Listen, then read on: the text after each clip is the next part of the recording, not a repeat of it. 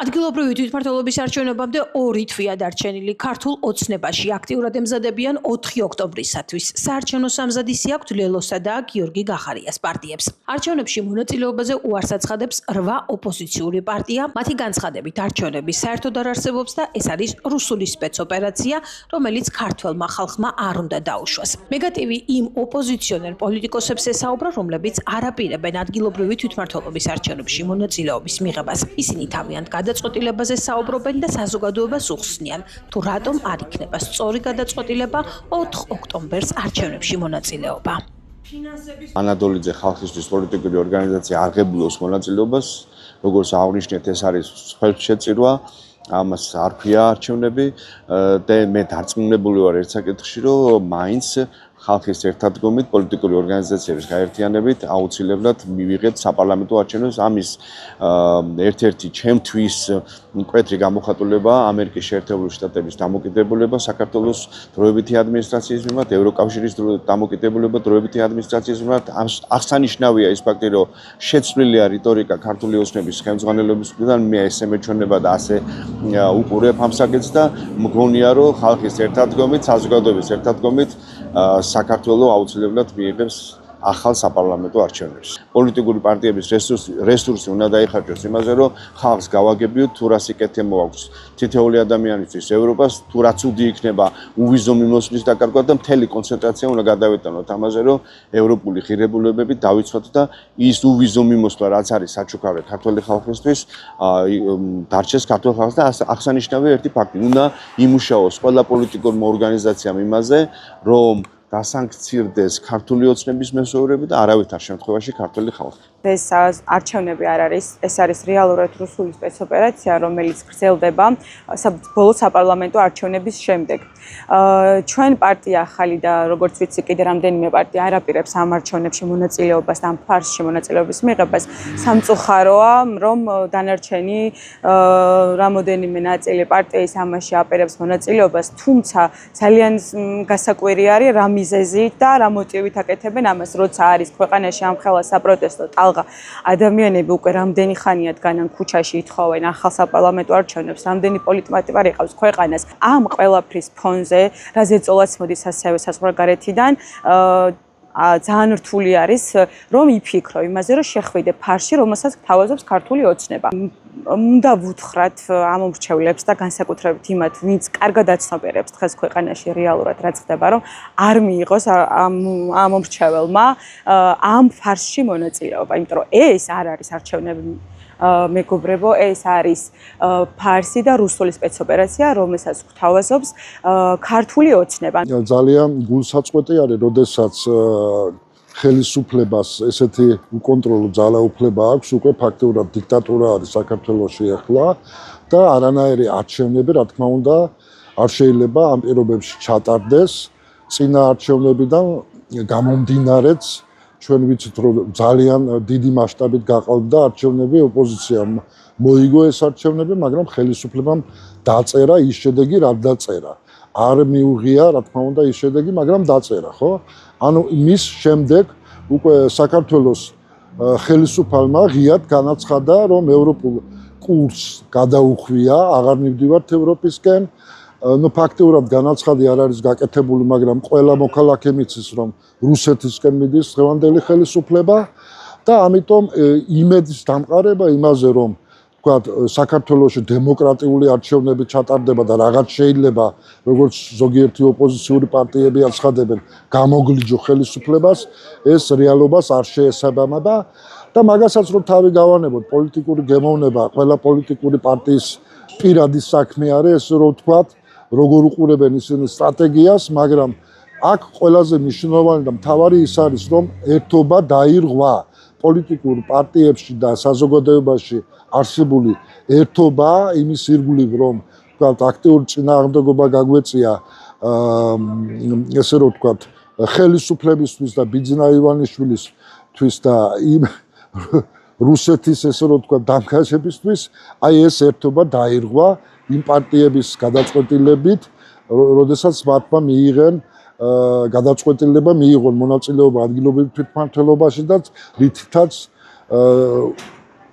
სააბსი თუ უნებსიეთ, არ ვიცი რატო ვერ ფიქრობენ იმაზე, რომ ლეგიტიმურობას ზენენ ამითი არსებულ ხელისუფლებას, რომელსაც მთელი მსოფლიო არ აღიარებს და მიიჩნევს არალეგიტიმურ. მე ვფიქრობ, რომ სპეცოპერაცია, რასაც არჩევნები ეგრეთ წოდებული ქვია, ეს უკვე ფაქტიურად ამოვარდნილი არის ყოველგვარი კონტექსტიდან და ამას არანაირი დემოკრატიული და არანაირი ხალხის ნების გამოხატულების კონსტიტუციური ძალა არ აქვს. ამიტომ ჩვენი ერთობა ცალსახად უნდა იყოს გამოხატული ერთი რამის გარშემო, რომ შეიცვალოს ხელისუფლება იმ გზით, რა გზითაც ვაიძულებთ მათ, რომ შეიქმნას თანასწორუფლებიანი, დემოკრატიული და გამჭირვალე არჩევნები და არა ის, რომ დამკვირვებელს იმის უფლებას კი აღარ აქვს, რომ საარჩევნო მაგიდასთან ამომრჩევლის ქმედებას დაუკვირდეს ან საარჩევნო კომისიის წევრის რაიმე ქმედებას დაუკვირდეს. ამ მოცემულობის წინაშე რომ ვდგავართ, რომელ არჩევნებზე გვესაუბრებით, როდესაც ველი აბსოლუტურად მოსუფთავებულია ყველა საერთაშორისო დაშორისო დამკვირვებლებისგან, როდესაც ველი მოსუფთავებულია ყოველგვარი თავისუფალი ქმედებისგან, დამკვირვებლების, კოორდინატორების და სხვა ოპოზიციური სპექტრის სხვა წარმომადგენლების მიერ, რომელ არჩევნებში შეიძლება მონაწილეობის მიღება. და მე მინდა მოვუწოდო ჩემ კოლეგებს ოპოზიციურ ძალებს. ნუ გაქვთ მეგობრებო, ერთი პრობლემა მთავარი, რომ თუ კი მე შენ აზრს ვიზიარებ, ამ შემთხვევაში მე თითქოს და ჩემს პოზიციებს ვთმობ და მე ქვექცნობიერი ფიქრი იმისი, რომ ვაი და ხელისუფლება შეიცვალოს და მე რომ ჩემი პოზიცია დავთმე და მისი აზრი გავიზიარე, ვაი თუ თანამდებობრივი პოლიტიკური შემდეგ რაიმე თანამდებობა მექნეს დასათმობი. აი ეს ჭირიც მოვიშოროთ.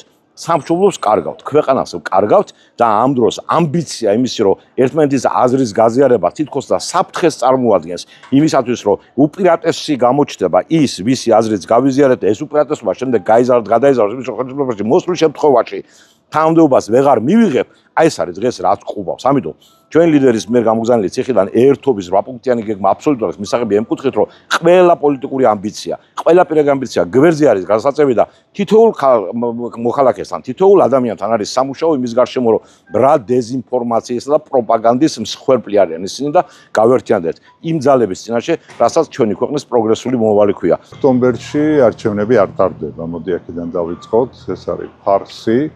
და არანაირი მზადება ქართულ ოცნებას არჩევნებისთვის არ ჭირდება, იმიტომ რომ არჩევნები არ არის და არც არ არის. არჩევნები მოკვდა ჯერ კიდევ შარშან. იგივე ადმინისტრაცია, იგივე წესები, კიდევ უფრო გაუარესებული წესები და ასე რომ რამე შეიცვალა შარშანს მერე. უკეთესი გახდა ვინმე, ადმინისტრაცია გამოიცვალა თუ რა, პირიქით. იგივე ადმინისტრაცია აპირებს ჩაატაროს ეს ეგრეთ წოდებული არჩევნები. ეს არის თავიდან ბოლომდე ფარსი და მასში მონაწილეობა ჩვენ პირადად ფედერალისტები არ გვაქვს.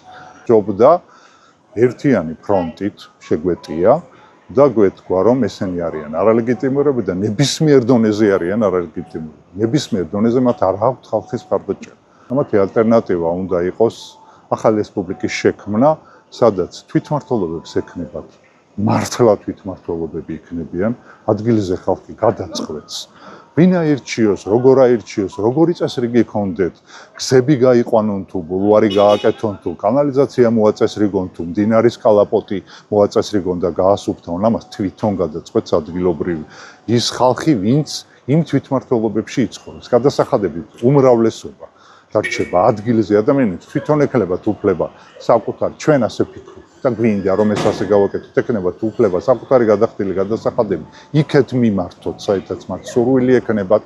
დღეს შექმნილია ძალიან დიდი კრიზისი და ეს კრიზისი არის გამოწვეული სწორედ იმ სპეცოპერაციის გამო, რაც მიმდინარეობს ქვეყანაში და რასაც ახორციელებს სწორედ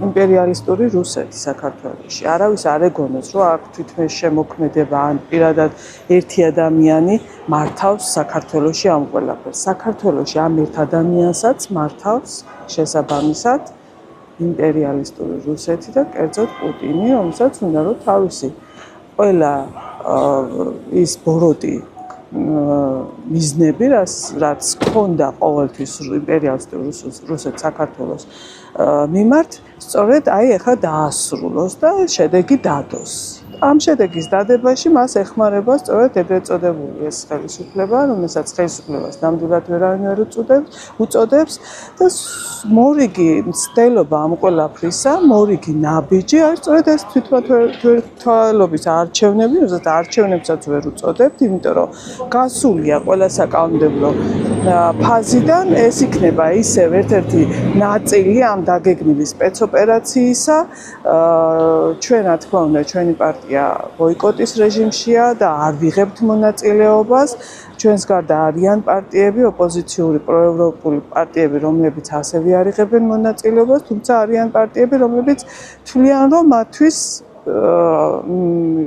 ეს არის მიზანშეწონილი, რომ მიიღოს ამ ოპერაციაში, ამ სპეცოპერაციაში მონაწილეობა, ეს მათი გადასაწყვეტი იყო და მათი აზრი, თუმცა მე ვეტყოდი ჩვენს ამომრჩეველს, ვეტყოდი ჩვენს თანაქალაქელებს და ჩემს ქართველებს, რომ ეს არჩევნები ნამდვილად არ არის ჩვენი ქვეყნის ევროპული მომავლისთვის. ეს არჩევნები არის ჩვენი ქვეყნის საბოლოოდ რუსეთის იმპერიის შემადგენლობაში შესვლისთვის.